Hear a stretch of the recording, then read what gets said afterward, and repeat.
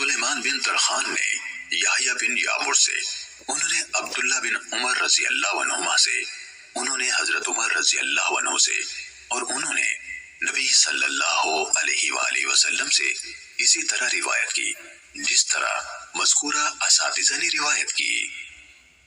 صحیح مسلم حدیث نمبر 96۔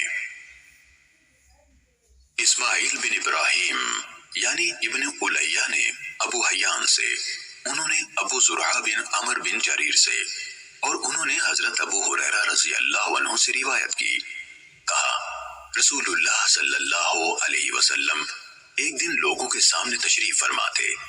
ایک آدمی آپ صلی اللہ علیہ وسلم کے پاس آیا اور پوچھا، اے اللہ کے رسول، ایمان کیا ہے؟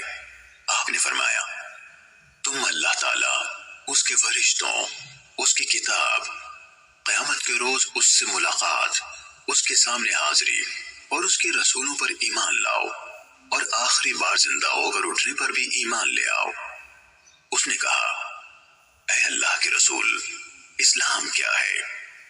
آپ نے فرمایا، اسلام یہ ہے کہ اللہ تعالیٰ کی عبادت کرو، اس کے ساتھ کسی چیز کو شریک نہ ٹھہراؤ، لکھی یعنی فرض کی گئی نمازوں کی پابندی کرو، فرض کی گئی زکوٰۃ ادا کرو، اور رمضان کے روزے رکھو۔ اس نے کہا، اے اللہ کے رسول، احسان کیا ہے؟ آپ صلی اللہ علیہ وسلم نے فرمایا، اللہ تعالیٰ کی عبادت اس طرح کرو گویا تم اسے دیکھ رہے ہو، اور اگر تم اسے نہیں دیکھ رہے ہو تو وہ یقیناً تمہیں دیکھ رہا ہے۔ اس نے کہا، اے اللہ کے رسول، قیامت کب قائم ہوگی؟ آپ صلی اللہ علیہ وسلم نے فرمایا، جس سے سوال کیا گیا ہے وہ اس کے بارے میں پوچھنے والے سے زیادہ آگاہ نہیں، لیکن میں تمہیں قیامت کی نشانیاں بتا دیتا ہوں۔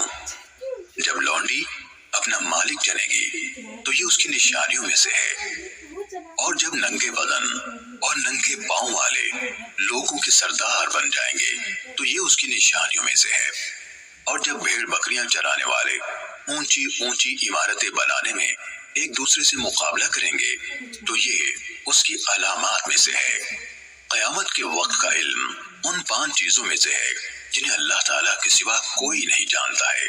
پھر آپ صلی اللہ علیہ وسلم نے یہ آیت پڑھی، بے شک اللہ تعالیٰ ہی کے پاس قیامت کا علم ہے، وہی بارش برساتا ہے، اور وہی جانتا ہے کہ ارحام یعنی ماؤں کے پیٹوں میں کیا ہے۔ کوئی زیرو نہیں جانتا کہ وہ کل کیا کرے گا، نہ کسی متنفس کو یہ معلوم ہے کہ وہ زمین کے کس حصے میں فوت ہوگا۔ بلا شبہ اللہ تعالیٰ علم والا خبردار ہے۔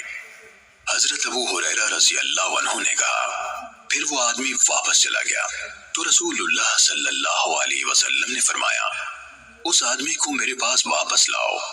صحابہ کرام رضی اللہ عنہم اسے واپس لانے کے لیے بھاگ دوڑ کرنے لگے تو انہیں کچھ نظر نہ آیا۔ رسول اللہ صلی اللہ علیہ وسلم نے فرمایا، یہی جبرائیل علیہ السلام تھے جو لوگوں کو ان کا دین سکھانے آئے تھے۔